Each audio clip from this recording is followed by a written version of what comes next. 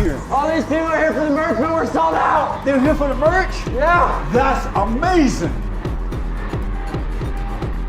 It's amazing. The merch is amazing. It's amazing. It's amazing. The merch is amazing.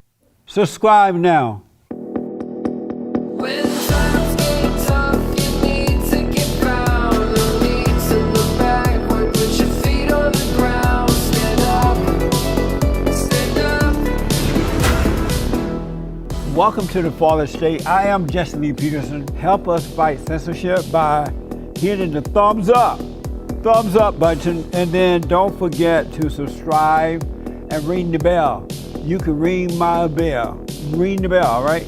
I have with me today Pastor Kurt D. Thomas. He's a senior pastor of the Renewed Church of Los Angeles. Am I right? That is correct. Renewed Church of Los Angeles. Thank you for coming. Well, thank you for having me. I absolutely appreciate it. Thank you. And so, were you called to be a pastor, or did you go to school for it? Well, at the age of 9, I felt the presence of God over me. I grew up in a Pentecostal church, so I went through that entire Pentecostal experience. And it wasn't until I matriculated through college that I decided to get a bachelor's degree in theology, or to study theology while I was at Stillman College. Oh, I see. So God didn't call you. You decided to go to school for it. No. I believe that I was called by God to do what I do. Oh, you do? Yes. And why do you believe that? Why do I believe that I was called?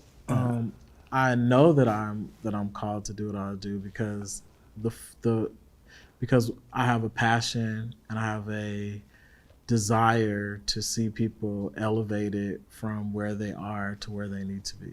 Oh, okay. And when you say where they are, do you believe that human beings are in a fallen state?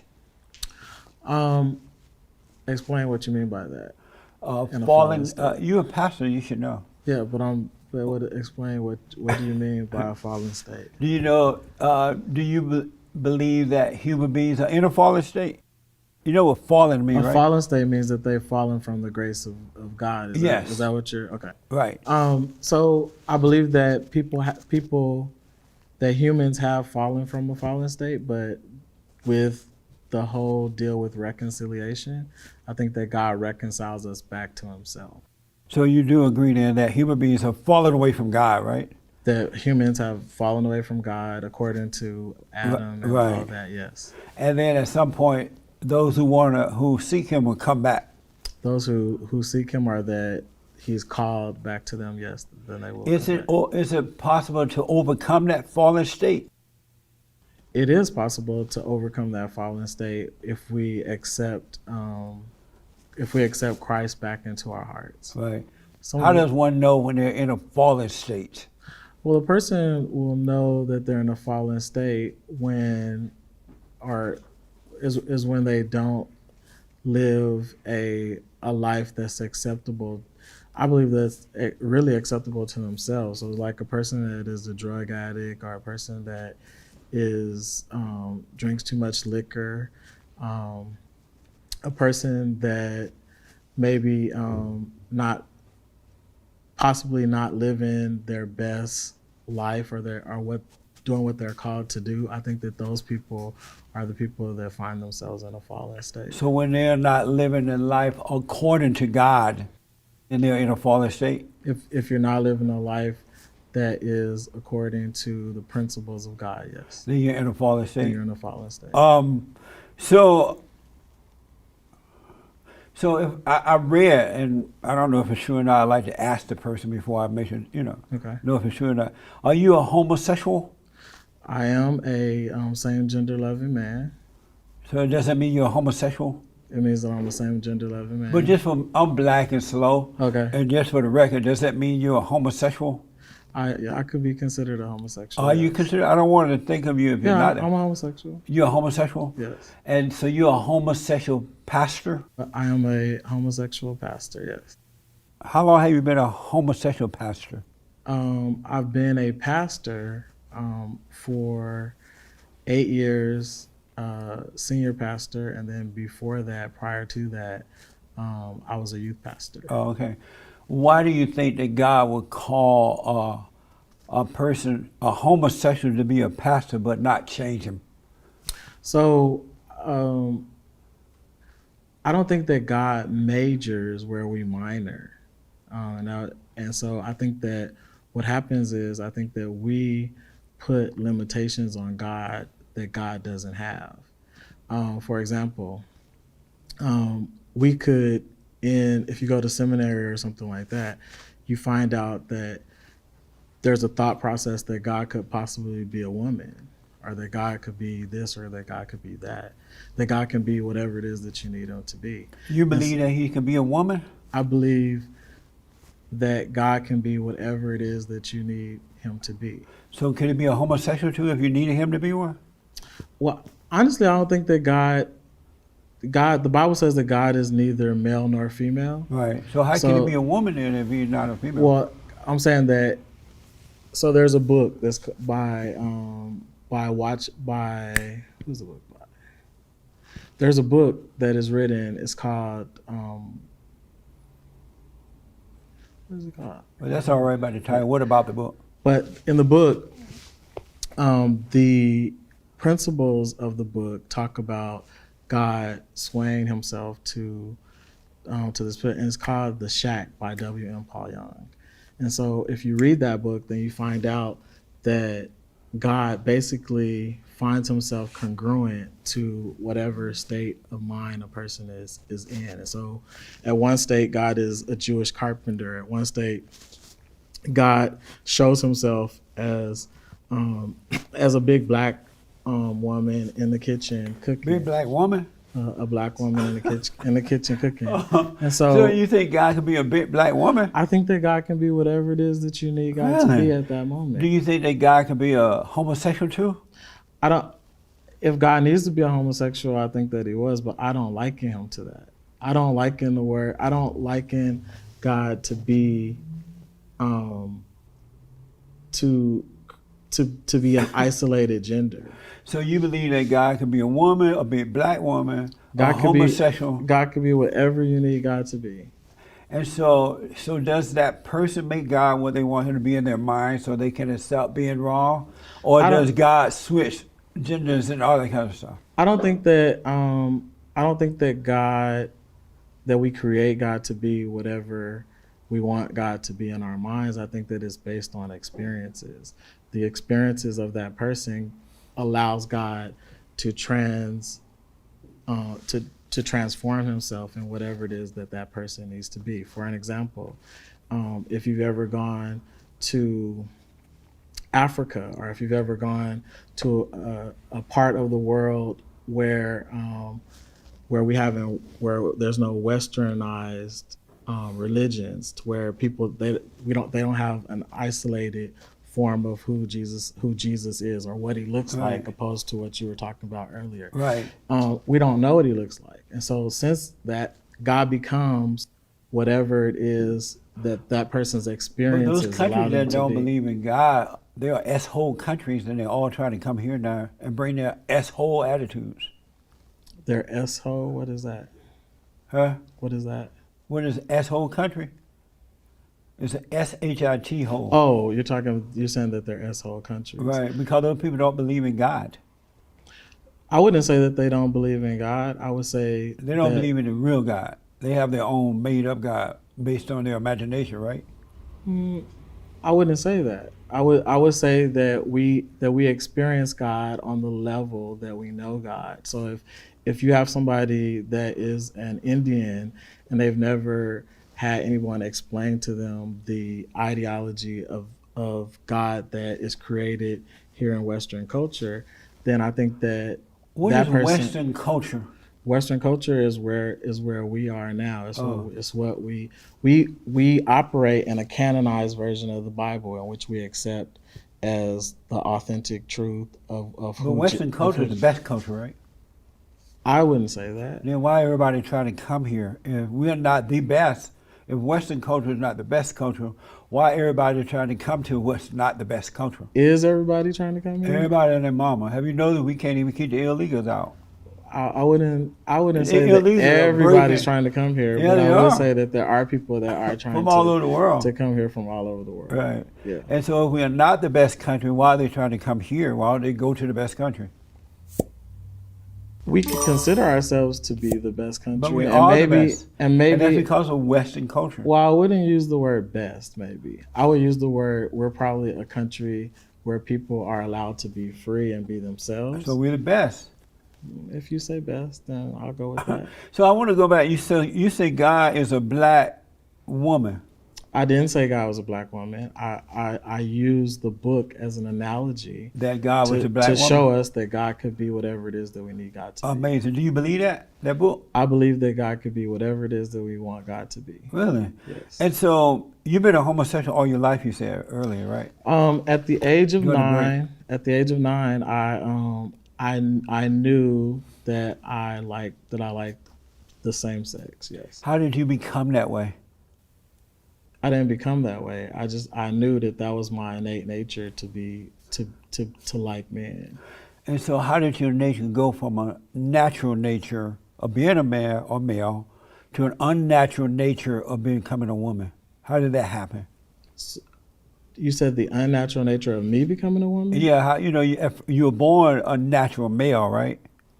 You're born a natural male. Right, you were, right?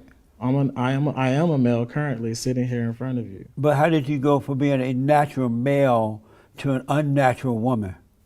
Who's an unnatural woman? But isn't homosexuality is like being a female feelings? No, What is it? no. What is it exactly? Being gay is being gay, being a homosexual, whatever term that a person wants to Right. use to identify themselves. It's an innate state of being. It means that this is who that person is. If I'm not a woman, I'm a man sitting here in front of you having a conversation. I have a penis, just like you have. Well, a you penis. do have the male parts, but now they're cutting that off too. Did you hear about that? We'll get to that.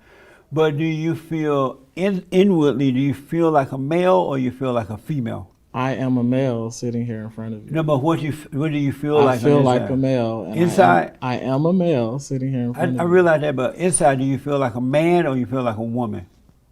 I am a male sitting here in front of you. So that answers your question, right? I know. I but don't feel like anything because I am a male. You don't feel like neither male nor woman. I am a male sitting here in front of you. I realize that, but what made you think you're a homosexual then? If there's not a What makes feeling on me- the inside, why do you think you're homosexual? Homosexuality is not a feeling; it's a state of being. It's who the person innately is. It has nothing to do with. It has nothing to do with creating a feeling that you're talking about. It's an innate. It's the innate nature of who that person is. I innately am who I am. Me being gay or homosexual has nothing to do for me with being a man. It has everything to do with my preference and who I choose to sleep with. What does the word innately mean? What does that mean? I'm black and slow. I don't know what that means. The word innate, Uh-huh. the word innate means that I'm not changing or I'm not becoming something else. I am who I am. Just before we started the show, you said that you introduced your. Is he your husband or your wife? Is that your husband? He gonna be your husband or your wife? I'm gonna end this interview. Why? Because we're ending this right now. Why you want to end? We're ending it. Well, why Take this come off. back? Take this off. When you want to have a real conversation, I'm call having- me. I'm- No, you're bullshitting me, Come and back. I'm not gonna be a part of that. Come take this off of me, or I'm gonna take it with me. But why are you running? Come take this off of me, or I'm gonna take it with me. Please take it off of me. Really, Because come take it you're off. disrespecting me. But no, I'm So- asking you really. Please take it off. Am or I I'm gonna asking take him it real with serious me. question? No, I'm saying, just let them take, they're recording you, they're trying to get a reaction. What's that? It's okay. No, that's not what Okay, we're doing. so Just take it off. yeah. But Is tell me it- why is you're it running. down? I'm not running, sir, but when you want to have a real conversation, you have my information. You But can you call said me. that you were gonna. When you want to have a real conversation, You said when that you gonna want to have marry a real this- conversation, You said you're gonna can call marry me. this guy. When you want to have, he's a guy. You're calling him a female. You're being disrespectful. I asked if you gonna call him Have a husband great or day. wife. Come back. Do you want to be interviewed? No. Oh. Amazing. Well, they gone.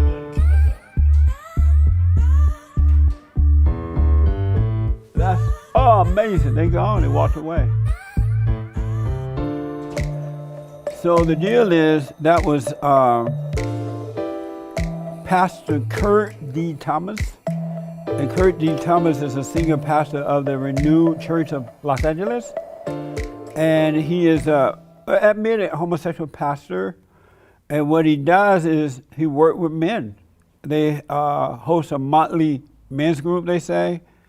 So I wanted to know about all that, but just before we started the show, he introduced this other male, a black male, that he said that they're going to get married soon.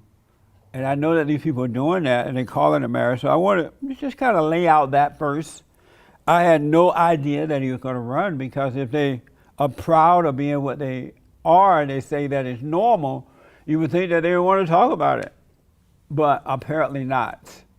And so I don't know what's going to happen, but he's gone. There's no use in praying for him anymore. He's gone. I wanted to ask him about the Great White Hope, Donald Trump. I wanted to ask, how does this work? If we are in a fallen state, we should overcome. I had a lot of questions. But anyway, thank you for tuning in. That was a short one. Help us fight censorship by hitting the thumbs up.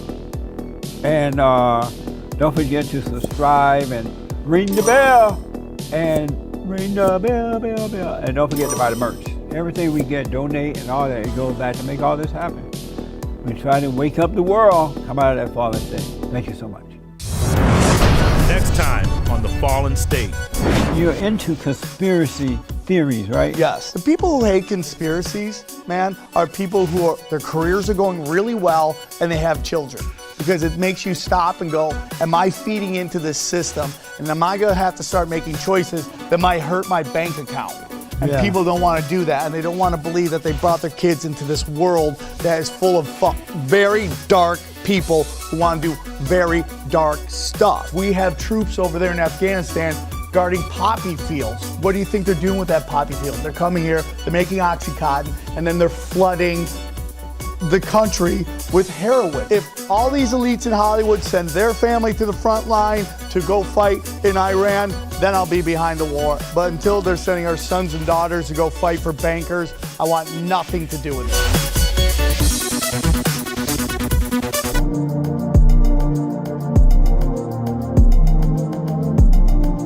I am open. I am open to this change. Words left unspoken. The dreams in my heart, they will home.